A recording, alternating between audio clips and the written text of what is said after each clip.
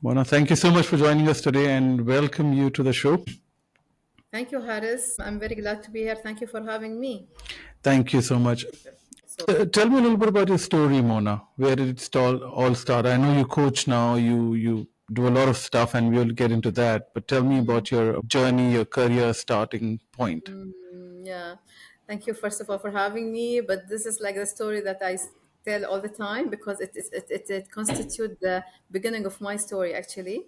So, as a background, I come from a family, a very simple family, traditional family in the Emirate of Ras Al Khaimah, which is located in the northern of UAE. And generally, we come from a mountain area, so all Yeah. my family, everyone's from this area. And you might know in different cultures, people who live in the mountain, they are quite traditional, they are quite, conservative and all that.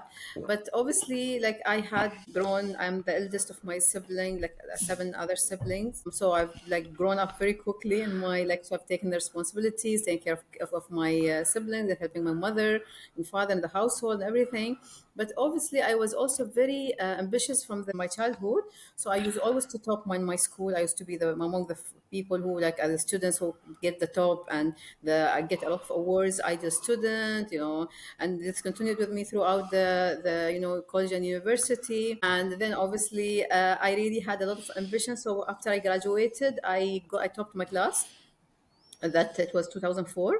And I really had a lot of ambition to actually go and really join the workforce, because I've kind of foresaw the future, looking at my abilities, my talents, and whatever I've achieved since the school. And now the story started, really the real story, when I did my work placement before I graduated from the college. And like, I've loved training in Hilton. It was new at that point, Ras Al Khaimah, and I really wanted to make it a career. I decided then and there that I want to work in the hospitality. It's vibrant, it's full of life, a lot of people, a lot of opportunities. So now this is the dilemma that you might imagine that started, that becoming from this background. What are you talking about? Yeah. Working in a hotel, you're a girl. What are you going to do? Are you going to work in reception, wear skirts, or the misconceptions, or even the way it was perceived? So this is where really the story started. I really had to really do a lot of talking, convince my family, and started applying for jobs since I get my first job, like in Burj Al Arab at that point, Oh, 2005. okay. At the hotel. The hotel, Virgil. yeah. Okay. So I really got the best place. Like at Uh, that, it yeah. was an icon until now, actually. But yeah, I was very privileged to get into the hospitality through Jumeirah and Burj Al Arab. And I've started in the training department, where they were all looking at me like something very like strange, because an Emirati joining this industry. I was very young at that time, and my job was actually, because I was in the training department. So I started, training people. I started with the admin part of the training, but then because Emirati started seeing me and coming the few that we had at that point, and I grew very quickly because there was very few people doing this kind of job that I'm doing at that point. And the country was, Dubai at that point was really focusing on tourism, on hospitality. So I got a lot of attention, honestly, because of my even work and everything. So with a lot of things going on, like, I mean, if I talk about some highlights, is first of all how I managed the transition between, my family or non-working to being an employee, but then at the same, I managed my expectation of my family, but also deal with my own fears, internal fears, dilemmas, uncertainty. I don't know what's going to happen. At the same time, go and deal with a very vibrant multicultural workplace where we have a lot of nationalities, people have different thinkings and backgrounds, and I've already need to also create my place there, leave my imprint. Because of what, obviously, like, a lot of people didn't see a lot of Emiratis working in private sector, and until now it's becoming better, obviously. But like, okay, you are a girl, okay, you are working in how can you be scarfed and work in a hotel? So it doesn't make sense. So I used to get a lot of types of comments, and it was all a journey, like, that I had to So really let's work through. begin, Mona. I think, sorry for interruption, but I think let's begin from the transition. So from the family, how did you convince your family? I think it was also a challenging situation for you, right? Starting from a Yeah, of course, very much. conservative, traditional culture, and then so give me some story back then. What happened? How did you convince your family? Yeah, it was. It was Oh, obviously not a very easy, because obviously me being the elder and the eldest in the family, and my thought was I really want to set the path for my even other sisters who are coming to the workplace. So if I currently give up on this, then it means we all gonna live the same kind of life that most women live in this culture, you know. So for me, that I really need to fight for this. I need to really do everything in my hand. My family were upset with me. They were not talking to me. I joined the work, my first job, as I said. They were not very happy with it. So there was a period of time in the beginning of my work life. I used to undergo a lot of stress because they were not talking to me. They were literally not, I was not seeing them. So I decided to go for it. And after some time, when actually I started performing and getting a lot of attention in my work, so it was within the first 6 months, I think, where they published me in the company's newsletter as an Emirati, like, promising or emerging Emirati in hospitality or something. And then I brought this newsletter and showed it to my parents. I told them, see, this is what I'm doing. If you think I'm working in this, is okay. We can work still in hospitality, and I can be like veil or covered, and I can still do very well. So it's just breaking those misconceptions that people have about working in certain industries or associated with women working or whatever it is. So with that, I think it let us cool down a little bit. And with every then a coming year or coming like month, coming year, coming achievement that I used to have, because I was involved heavily also at that point with Dubai tourism. I used to train, other colleges and universities, go to career phase and do stuff. So that gave me more exposure, more, basically articles in the media and all that. And that was the family kind of transition. So they just kind of, they said, "How's okay, she can do it." They just left me alone. And this is where I started focusing on my career per se. awesome. So the transition took a little bit of a hiccup, but you were able to make it and you were able to convince your family. And you Of spoke course. about your own dilemmas that you had, your own fears of handling multicultural place and being the first girl. How was it like for yourself? Like honestly, my first test started the day I went for my first interview with Burj Al Arab, and I always tell the story actually, because it kind of told me, oh my God, this is what I have to really keep deal with going forward. So I actually, if you've been to Burj Al Arab, there's a welcome center. There's a big gate that you need to actually get into. There's security. So actually, when I walked into that and I told the security guy, I have an interview today, he looked at me and he said, "You will work here?" I mean, in a very strange style. I said, "Yes, I have an interview. I came to work." He looked at me and said, "Why do you need to work? You have a lot of money. You are Emirati. Sit at home. Give the jobs for us." And I felt that was so mean, like it was really, I felt why he's talking to me like this. So I just and he kept on being, because he let me in. Obviously, I went to the interview and everything, but then I thought he was in my mind. I said, why he talk to me like this?" And then that was the beginning, but then the beginning of so many other series of other comments and things that I went through, but my whole career actually. And mind you, like obviously different career levels have different challenges. So that was when I was an entry level, a young one without experience. But then I kind of I really had to build my inner this resilience for that, because there were a lot of occasions where I really felt so bad because of how people used to comment, how people used to think that I'm only here for like just wasting my time and I will not get anywhere anyway. So it's different kind of comments, and obviously when I grow in my career, there were different kind of challenges. Obviously, the managerial and the director level and all that. So I got used actually to this kind, and by then I became so resilient that but it was a journey I had to take, and it was a lot of down moments that maybe no one talks about, but definitely there were down moments, and those down moments were the ones who created what I am today actually. So talk to me a little bit more about those challenges that you had. Were those challenges because of you being an Emirati? And were those challenges from people who were not used to of you, or your own community, your own uh, uh, Well, actually both, huh? Both. okay. This is what. Like when you asked me earlier, like about your own inner dilemmas or fears, and then I mentioned that it was always about, okay, me questioning myself and questioning my ability, even though I know that I can do it. I've done a lot of achievements in the past, but the people continuing to comment on me, or like saying things, or saying, okay, like you're so pretty. I mean, one time one lady told me, oh, you're so pretty. It was in the beginning also of my career. You need to you really your place is to be a air hostess in a plane. Like, you know, I don't know. Like Hmm. people just say things and they don't think about it. Hmm. But I mean, it was a comment, obviously a compliment, but it's like that the way that she said it, it didn't meant to me that the compliment. Yeah, she said in a certain way. But besides Hmm. that, things that, okay, will I be able to do it? I've like, for example, challenged my family and I said I will do it. Actually, what if I fail? What if I don't make it? What if, I get into trouble? Like there are a lot of internal talks inside me while managing my own career, my own situations at work, where people sometimes, for example, said, okay, and when I reached a point in my career where I started really delivering results and achieving, there was another kind of issues coming.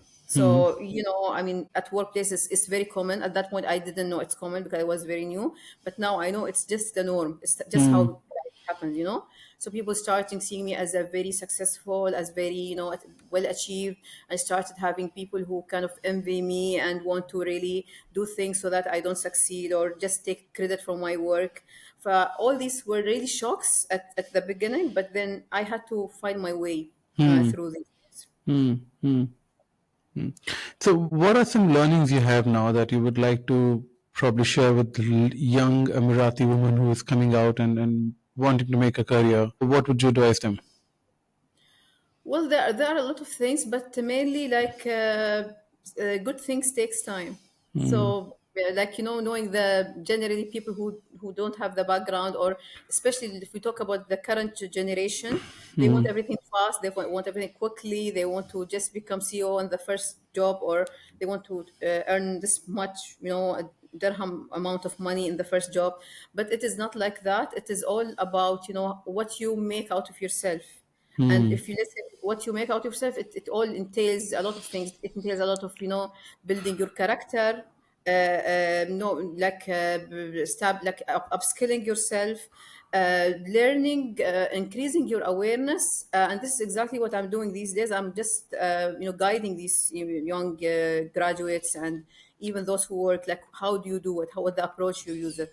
So using, building your skills, being aware, like a part of being really a good, let's say Emirati, a good citizen, is to be aware of your rights and responsibilities. Hmm. So a lot of people just go and look for a job, and they get a job and offer, and they are happily sign the contract for the work contract, but they don't read it. For example, the Hmm. simplest thing. Hmm. So, okay, do you know your rights? Do you know your responsibilities? And how are you going to deal with the challenges? Don't expect, like other people say, okay, I'm very, fed up with the issues I'm having in my workplace, or with my manager, or in the work environment, whatever it is, I'm going to resign. So Hmm. the discussion then in the counseling session, okay, so you are going to resign. Let's imagine that you got another job and you had the same scenario repeated. What are you going to do? Hmm. Hmm. So these Right. kind of things that really talk about it, and they understand that life that just doesn't give you the gifts, just like they do not hand you the gifts. You Right. need to really be worth it to, or deserving to do that. Hmm. For that, you work on yourself. Hmm. So tell me about the Emiratization program that you're working on. So this all started obviously from so many years back, when I was actually working in Hmm. corporate, because an important part of my training HR career has always been focusing on Emiratization, and that I'm talking before the NAFIS era, yani before Hmm. 2022. The period before that, but all the companies were talking about amortization. They used to have things, but there were no structure to the program in terms of the benefits, the training, the development related to Emiratis, and even to the Hmm. targets. But then I always used, across my career, I used to work with Emiratization program with different entities, and I always used to do so well and achieve my targets in the companies I used to work with, and introduce a lot of initiatives. So I think this was an important part of my career success, because I was used to be known with this, and I actually got different career opportunities because people heard that I'm good at this, and I turned things around when it comes to monetization. So I used to get different career opportunities from there. But then after the launch of Nafis, and that was the period where I took my career break. Actually, after having my first child, corporate, I took a couple of years career break. But Alhamdulillah, before that, I did my coaching certifications with ICF and everything. So I used to do small scale kind of coaching with individuals with some companies. And when Nafis kicked in the beginning of 2022, then I was like, alhamdulillah, I heard about this opportunity, applied for it. So I'm now working with a group of career certified career counselors and coaches with Nafis, career guidance and counseling, services to private sector companies, to job seekers, and to Emiratis working in the Okay. private sector. So tell me what Emiratization is, from yeah. So Emiratization is basically all the efforts that the government is doing to increase the participation of Emiratis in the workplace or in the private sector, let's say. And obviously, they do this through, as I said, that increasing their competitiveness. So when we talk about a program like NAFIS, NAFIS in English mean compete.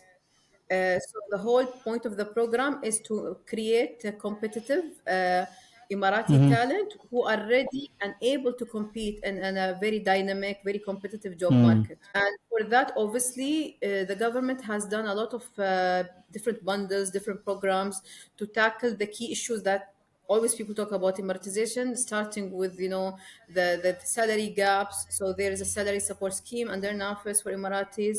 There is like people say, okay, miss, people are not skilled enough or not qualified enough to join the private sector. So there are a number of programs, starting with, okay, giving them experience for graduates during where they are at school, and also accreditation programs. So for example, depending on the field they are in, they can always access NAFIS and look at the different accreditation programs and apply for one free of cost. Because I mean, this is something that we do, like educate them about that. If, for example, I remember in my time, when I've done the CIPD as an HR practitioner, I paid it from my pocket, and it was a very big amount because it's an international program. But now this program and many others available on NAFIS for Emiratis free of cost. They just need to apply for it, go through the program, take the accreditation. And obviously, that's the career counseling that we provide. They can book time for free. Great. So let's talk about you now. Beat the odds. The book. Tell me what got you this idea of writing this. Okay, the beat the odds, like from the name, it is just my story, and from the beginning. Like everything that I've been doing in my life was totally beating the odds. And I remember, like, I was always fascinated by the idea of being an author, writing a book. It was from very early when I was very young. But then I got into my job and career, and I got busy with that. And I think the book has came up in the very right time. It was about when I was really on the peak of my career, I would say, just before having my first kid and leaving my corporate job. So I met a publisher who came for the very first time to Dubai to talk about writing a book and everything. Beat the Odd was something that was born then it was 2017 actually, and it took me end of 2017. So it took me like around 8 months to write the book, go through the editing and everything. But basically, the idea of the book is my personal story, and how it is like an inspiration, or like a lot of people who read the books, they said they thought they were sitting with a coach. They didn't think that they were reading a book. They thought that they were sitting with a coach, and she's guiding them through how to deal with the most common career dilemmas, like you say, or career stop, career glass ceiling, let's say. And I wrote it in a very easy language, and it was very a lot of practical methods and implementation things. It was not like very difficult to understand. So very simple book, guide, my gift to anyone who would like to excel in their career, even though the work market might seem very challenging and not possible. Right. It's a personal story, yeah. So this is the personal story you're saying, right? And I think the name itself suggests a kind of transition you've had from a typical traditional living to starting to work in a hotel and reception. I think that all of that you will get to read in this book. Yeah, it was the first chapter was about a little bit of my story, but the subsequent chapter is all about one career might be a challenge that professionals usually face, and but then they don't beating the odds mean think about it differently. Don't look at it the usual way.